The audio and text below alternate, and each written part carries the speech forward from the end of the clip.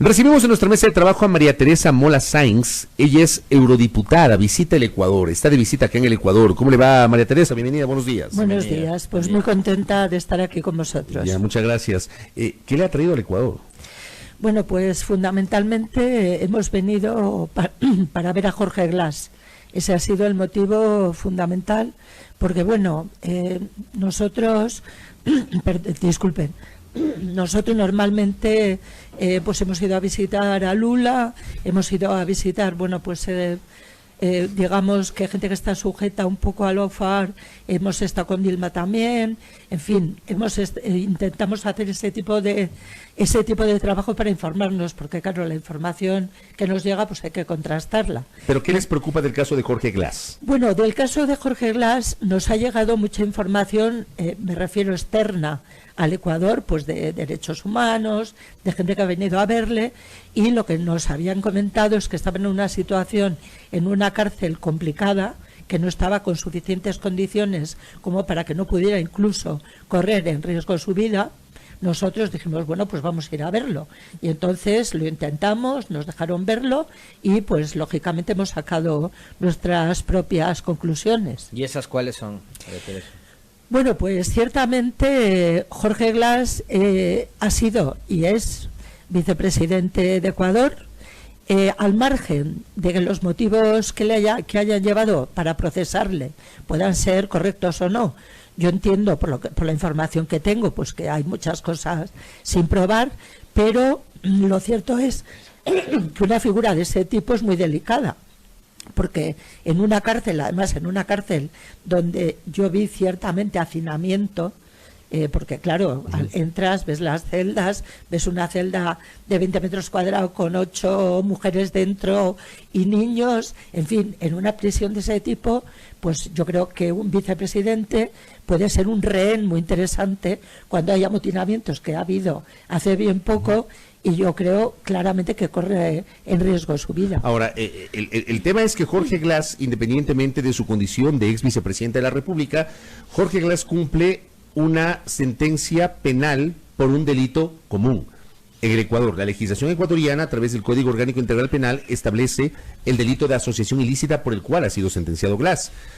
Y quienes, por ejemplo, sustentan o defienden el hecho de que Glas esté donde está, en el Centro de Rehabilitación Social de La Tacunga, porque Glas estuvo hasta hace algunos meses en otro centro de privación de libertad, en la cárcel 4, que obviamente tiene unas condiciones totalmente distintas, pero digo, para algunos, Glas no debería tener ningún tipo de privilegio, sino que por tratarse de un delito común, no es un tema político, dicen ellos, debe estar en ese centro de rehabilitación social. Bueno, esa supongo que es la opinión de una serie de gente, pero yo lo que tengo entendido es que todavía el juicio no ha terminado. No, todavía la sentencia no está en firme. Creo, lo que he entendido es que, por lo visto, hay una ley en Ecuador donde no se puede estar más de un año en prisión preventiva, que yo sepa también, en octubre, hace 2 años que está allí. Sé que tiene el 11 de septiembre, que ya se va a empezar a elaborar la sentencia final, pero es incomprensible que estando en una situación donde todavía no se ha demostrado que él es culpable, esté en una cárcel de esas características. El día de mañana veremos. Si se demuestra que es culpable, habrá que analizarlo. Pero aún así, una persona que ha sido vicepresidenta de un país no tiene alguna diferencia, no me refiero de clase social, sino de riesgo como ser humano. Yo creo que las leyes hay que aplicarlas, pero sabiendo quién es la persona a la que se la aplican. Entonces, un vicepresidente de un país no es cualquier persona de la calle. Entonces ahí habría que tener un poco más de cuidado. Nosotros, desde luego, vamos a hacer un informe muy claro de que nos ha parecido pues alucinante la situación de Jorge Glas. Nos preocupa mucho además las condiciones que él nos contó en las que estaba. Bueno, vimos la celda, vimos dónde estaba. Bueno, pues es complicado. ¿Cuáles son las condiciones en las que se encuentra Jorge Glas en este momento, de lo que usted pudo ver, pudo atestiguar? Bueno, a mí me preocupa que cualquier preso, que cualquier persona que esté en prisión solamente tenga derecho, por ejemplo, a dar un paseo diario de 1 hora.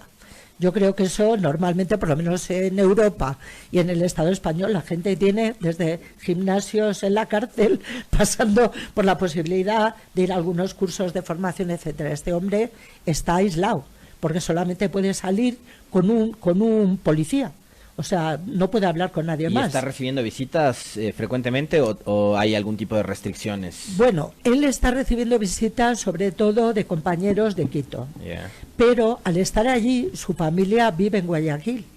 Entonces tiene un problema importante para recibir visitas de su familia, porque ir de Guayaquil allí pues cuesta dinero. Hay que dejar a los niños con alguien. Entonces yo creo que se debería realmente de mejorar su situación, y sobre todo cuando todavía no está probado nada, porque claro, casi 2 años en prisión preventiva. Yo particularmente, que no soy abogada, yo soy física, particularmente a mí me parece pues muy complicado y muy extraño estar casi 2 años en prisión preventiva y en esas condiciones. Ahora, con lo que ha sucedido en los últimos días, con las acciones que ha tomado la justicia, la situación de Glass y del propio Correa podría cambiar, ¿no? Hay una solicitud de una jueza, que es la señora Camacho, a la Asamblea para autorizar el procesamiento de estos 2 funcionarios por tema de cohecho. Y al ejecutarse esa investigación, Glass ya no podría acogerse a la prelibertad, que digamos estaba ya próximo a hacerlo, ¿no? Va a tener que seguir entonces enfrentando cárcel el ex vicepresidente. Bueno, quisiera añadir a lo que he dicho antes, que Jorge Glass padece una enfermedad bastante complicada, que la cárcel esta concreta tiene un problema de tuberculosis endémica, y si él, con la enfermedad que tiene, con el tratamiento que tiene, cogiera desgraciadamente la tuberculosis, posiblemente fallecería. Es una cosa que se me ha olvidado decir antes, que creo que es importante. Al margen de que de qué régimen penitenciario tuviera que tener, desde luego esa prisión en concreto pues no es la más adecuada. Bueno, pues veremos qué pasa, ¿no? Porque claro, a mí me da la impresión que en Ecuador, como en España, por otro lado, desde muchos medios de comunicación, no me refiero a ustedes, obviamente, que los conozco poco, se está alimentando ya que eso va a ser así. Entonces yo creo que se debería ser un poquito más prudente. Vamos a ver qué pasa, porque eso de decir que todos somos culpables mientras que no se demuestra lo contrario, yo entendía que era al revés. Bueno, nosotros también hemos entendido eso. Nosotros también hemos entendido eso. Claro, ayer nos ha sorprendido, de hecho, la declaración de la presidenta de la Comisión de Fiscalización de la Asamblea, ¿no? Sí, porque claro, en el caso de Glass es que yo creo que se da esa condición, en el de Correa también y en el de muchos más. Pero repito que en España los medios también dicen cosas similares, o sea, no es un ataque a los medios de Ecuador, pero claro, de Jorge Glass no se debería decir, como además tal, posiblemente lo que se debería decir es, vamos a esperar al juicio, vamos a ver qué pasa, y cuando se demuestre, pues ya veremos. Usted nos decía al inicio de este diálogo que venía también de visitar a Lula y a Dilma en Brasil, María Teresa. Ojo, Dilma no está detenida. Pero dijo que había visitado a Dilma. Claro. No, pero mencionó el nombre de Dilma. Claro, pero entonces, ella la destituyeron por el juicio político. Yo le quería preguntar si encuentra similitudes en los casos que está enfrentando Lula con lo que está sucediendo en Ecuador con Glass y con Correa. Bueno, yo creo que sí, pero había que añadir además ya desde Lugo, pasando por Celaya, o sea, hay un periodo en el cual parece que la judicialización de la política, y voy a decir una tontería, se ha puesto de moda, ¿no? O sea, parece que hemos pasado de golpes de Estado al uso, pues Argentina, Chile, etcétera, pues a una forma más velada de sacar a la gente que puede molestar, pues digamos a un capitalismo o a una oligarquía, como puede ser. Voy a remitirme un momento al caso de Lula, porque Lula además es un socialdemócrata, tampoco es un famoso comunista que sale por ahí. Y sin embargo, claro, es una persona que en Brasil, durante todo el periodo de su gobierno, pues ha ayudado mucho, yo creo que como en el caso de Ecuador, con Rafael Correa, que es una gente que se ha preocupado desde posiciones socialdemócratas bueno, sin más. O sea, que no ha sido precisamente pues ni Maduro ni Fidel Castro, ¿no? Son figuras... ¿Usted sí establece una diferencia de lo que fueron los procesos políticos de Ecuador, por ejemplo, o de Brasil, o de lo que pudo haber sido el Uruguay de Mujica y de Tabárez, o la Bolivia de Evo, con lo que pasa hoy en Venezuela? ¿Lo de Venezuela es o no es una democracia? Hombre, para mí sí, para mí claro que Venezuela es una democracia. ¿Por qué? Porque ha habido unas elecciones y las ha ganado alguien. Entonces luego se puede decir, es que las elecciones están bien, están mal. Bueno, la gente que ha ido parece que está de acuerdo. Para mí el concepto de democracia burguesa es quien gana las elecciones. Pero, y hasta Mujica dice que lo de Venezuela es una dictadura. Bueno, Mujica a veces dice unas cosas los lunes por la mañana y otras los martes por la tarde. No es precisamente alguien famoso porque tiene un hilo conductor y siempre da la misma opinión. A mí ya me gustaría saber lo que va a decir Mujica dentro de 2 o 3 días, quizás después de reflexionar un poco más. Pero bueno, en todo caso, Mujica que piense lo que quiera. Yo creo que cuando se dice que algo no es una democracia, hay que decir por qué. Es que esos sketches que recibimos continuamente de que es que efectivamente, es que eres culpable mientras que no se demuestre lo contrario, yo creo que es muy buena la frase, yo creo que define muy bien el lawfare, porque el caso de Lula parece ya que es evidente que no era cierto. Por cierto, que Lula está en una situación en la cárcel incomparablemente mejor que Jorge Glass. ¿Cuáles son las diferencias ahí? Sería importante. Pues hay una diferencia vital. Lula está en una especie de centro militar donde puede haber presos militares por razones sobre todo no de deslealtad y tal, sino bueno, pues de cometer algún error. Tiene una habitación, tiene una sala, tiene un cuarto de baño, está solo. Es cierto que por supuesto que no puede pasear, etcétera, tiene una bici y tal, pero las condiciones que tiene por lo menos está aislado y a Lula no le puede tocar nadie, porque está en un centro militar. Yo creo que Lula tenía que estar en la calle. Jorge Glass también, aunque tiene todavía que pasar el juicio, pues ahora, con las pulseras y tal. Hay una realidad, María Teresa, que me imagino yo, usted debe estar ya totalmente informada. En Ecuador hay una crisis carcelaria súper fuerte. Se ha rebasado en los últimos días la veintena de muertos, de personas que han sido asesinadas estando dentro de los centros de rehabilitación social. ¿Corre riesgo la vida de Jorge Glass? Pues sí, porque además, según nos dijo él, ha recibido ya más de 30 amenazas desde que está en la cárcel. De hecho, el día del amotinamiento más gordo de la semana pasada, esto no me lo ha contado Jorge Glass, le tuvieron que meter en el sitio donde están los funcionarios, porque ya iban avanzando hacia donde él se encontraba. Claro, yo no puedo afirmar bajo ningún punto de vista de que iban a hacerle esto o lo otro, pero curiosamente, porque además debe haber algún personaje concreto en la cárcel ahora mismo, muy cerca de donde él está, un personaje muy peligroso, pero claro, en una situación de ese tipo, ¿qué mejor rehén que un vicepresidente de un país? Es que es ponérselo muy fácil. Entonces, esta situación es completamente anómala. Se debería tener más cuidado por el país, porque que salga en los periódicos en el mundo de que estaba Jorge Glass en una cárcel donde los amotinamientos jugando al fútbol con una cabeza, gente armada, pues bueno, ¿de dónde han sacado las armas? No parece un sitio muy seguro, pues yo creo que para la imagen de Ecuador francamente no sería la mejor. Ahora, sí sería interesante saber qué le ha motivado a usted a venir acá al continente, a ir a Brasil, a venir acá al Ecuador, por qué lo hace y de qué va a servir una vez que usted ha hecho estas visitas, tanto a Lula cuanto a Dilma en Brasil y a Jorge Glass acá en el Ecuador. ¿Qué va a hacer usted o de qué va a servir su visita? De acuerdo. Bueno, nosotros desde el Partido de la Izquierda Europea, que somos 35 partidos europeos, desde Syriza, Die Linke, etcétera, o sea que no somos partidos comunistas, no sé qué, sino que tenemos una variedad muy grande, hasta 35 partidos, como os digo. Llevamos hace muchos años con mucha relación con el Foro de Sao Paulo. Para nosotros, mucha relación quiere decir que yo he ido a 11 foros de Sao Paulo, a los últimos 11. Este último se desarrolló en Caracas. Sí, estuve ahí, yeah. sí. Entonces, ¿por qué esa relación? Porque para nosotros el Foro de Sao Paulo es un ejemplo de lo que no hay en Europa. Porque el Foro de Sao Paulo tiene al Partido Socialista de Chile y al Partido Comunista Patria Roja de Perú. Y nosotros eso en Europa hemos sido absolutamente incapaces de construirlo.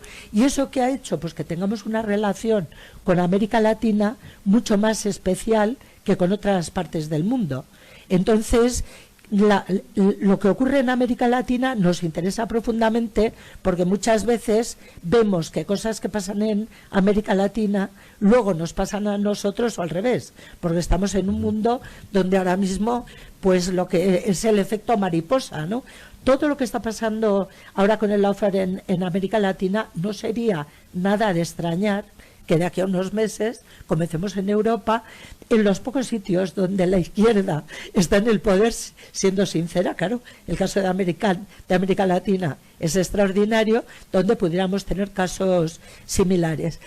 América Latina, además, ha tenido una época, sobre todo, donde ha habido muchos gobiernos, no digo de izquierdas, repito, sino progresistas. ¿Usted sí establece una diferencia allí? ¿Entre la izquierda y el progresismo o no? Yo creo que hay una diferencia, porque un socialdemócrata no es un comunista, pero ¿eso qué quiere decir? Pues que tienen que trabajar juntos, porque se supone que están pensando en la gente y en construir algo mejor para la gente. Estamos condenados a trabajar juntos. Entonces, bueno, pues nosotros en ese periodo hemos intentado aprender de la Revolución Ciudadana, de todo el buen vivir de Evo Morales. Para nosotros ha sido un espejo América Latina de lo que la izquierda, ecologistas, fuerzas progresistas debemos hacer en Europa. Entonces, nuestro contacto ha sido continuo. Han venido mucha gente también de América Latina. Por ejemplo, con el caso de Lula, hemos tenido a Gleisi Hoffmann, la presidenta del PT en Bruselas. María Teresa, pero el progresismo ha hecho autocrítica, porque en estos gobiernos progresistas también la corrupción permeó el sistema y hubo muchas denuncias, unas que se han podido comprobar y otras no tanto, ¿no? Pero finalmente la corrupción terminó permeando el sistema político de países que fueron gobernados por el progresismo. ¿Hay autocrítica ahí o no? Bueno, yo lo primero es que no sé si permeó. Sé que ha habido corrupción, pero ya que permeó no lo tengo tan claro. La corrupción es inherente a la política. Da la casualidad de que, por ejemplo, en España los corruptos son de derechas. Es el Partido Popular fundamentalmente que tiene no sé cuántos casos de corrupción. Yo creo que no se puede asociar en ningún caso al progresismo con la corrupción. Eso es demasiado sencillo. Entonces, la gente que ha cometido casos de corrupción está, se supone que fuera o en la cárcel. Y los partidos progresistas que gobiernan tienen que hacer una limpieza fuerte de los casos de corrupción, porque eso va justamente en contra de las ideas que tienen. Entonces, yo pienso que los casos de corrupción que han sido probados, está claro que esa gente está apartada de la política, y luego los que no se han probado, claro, pues es que no sabes si son fake news, si es la interpretación de muchos medios de comunicación, que parece que la corrupción, no sé por qué está ligada solo a la izquierda, cuando no es cierto, ¿no? Porque, vamos, los casos de España, no sé si los conocéis, pero son un poquito complicados, que el tesorero del Partido Popular, los del Partido Popular. Bueno, o sea que acá en Sudamérica el gobierno de PPK en Perú estuvo vinculado con el tema de Odebrecht, los mismos de Antumala, y no eran precisamente políticos de izquierda, ¿no? Pues no, ciertamente no. Ajá. Lo que pasa es que lo de Odebrecht, yo creo que dentro de unos años habrá un estudio, cuando se pueda, un estudio profundo de cómo esa empresa ha trabajado y de todo lo que ha hecho, y seguramente nos asustaremos mucho de lo que conozcamos después. Correcto. Gracias, María Teresa, por el tiempo, por la gentileza, por habernos acompañado. ¿Le cogió la altura o no? No. ¿No? En Soroche solamente me cogen la paz. Ah, Tengo la bien. suerte Ahí sí de es que cosa seria. en el Alto, os quería solamente comentar que me ha parecido muy Por favor. interesante la entrevista y que muchísimas gracias. Con todo gusto. Muy amable. Gracias a María Teresa Mola Sáenz, ella es eurodiputada de visita acá en el Ecuador. Nos ha comentado, pues, que ha recorrido parte de Sudamérica, estuvo en el Foro de Sao Paulo en Caracas, estuvo en Brasil, visitando a los expresidentes Dilma Rousseff y Luis Ignacio da Silva, y en estas horas acá en el Ecuador, conociendo la situación jurídica y penitenciaria del ex vicepresidente Jorge Glass. Gracias a nuestra invitada, 7 de la mañana, 24 minutos, pausa en la primera.